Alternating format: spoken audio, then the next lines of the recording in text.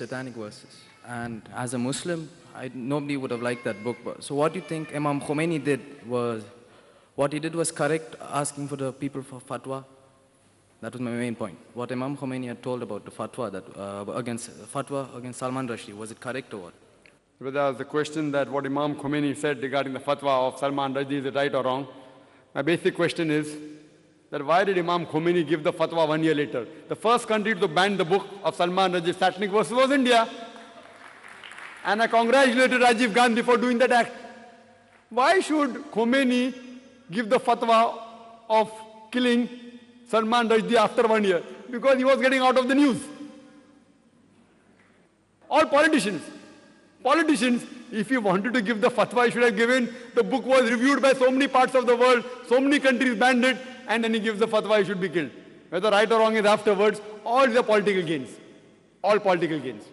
All these things are political gains. But what Rajiv Gandhi did, maybe he didn't know about it, and I've given a talk on this issue of satanic verses. Though this book is banned in India, I've read that book. You know, Salman Rushdie, who claims, just for namesake, he's a Muslim, he did not leave anyone. In his book, he even abuses Queen Elizabeth. And the same British government who had banned an American author for using a 4-letter word, father, uncle, cousin, king, for the policy of Margaret Thatcher, that same Salman Rushdie, he makes it active and uses ing. And yet the book is very popular.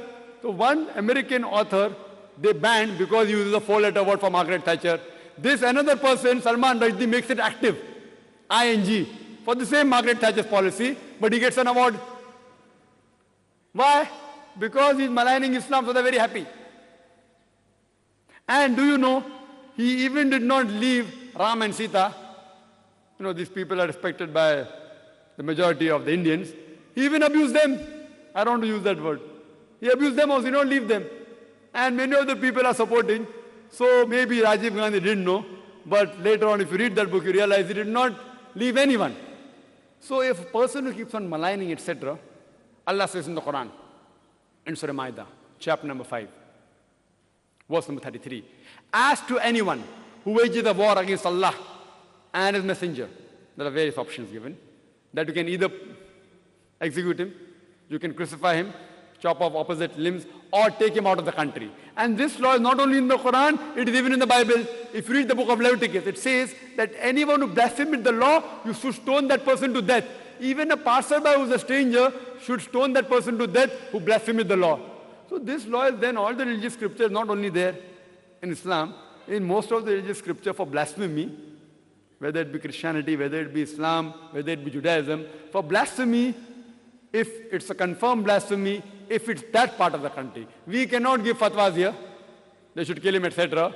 If it's an Islamic state of law, if anyone blasphemeth, there are certain laws and rules and regulations laid down. But what politicians do, whether it be a Muslim politician or whether it be a non-Muslim politician, I'm sorry, I don't again want to hurt any politicians per se. If not all, I say majority. You find somewhere or the other they compromise for their own vote bank.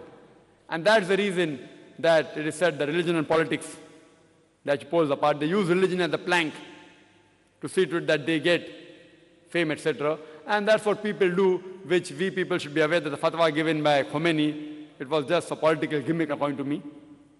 But banning the book, what Rajiv Gandhi did, was perfect. He banned it, he was the first. And now they're thinking of removing the ban. I don't know whether the ban has come out or not. There's another statement that they're trying to remove the ban.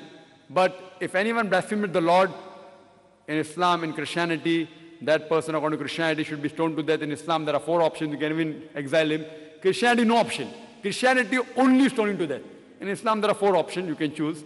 In Christianity, you have to stone that person to death. Hope that answers the question.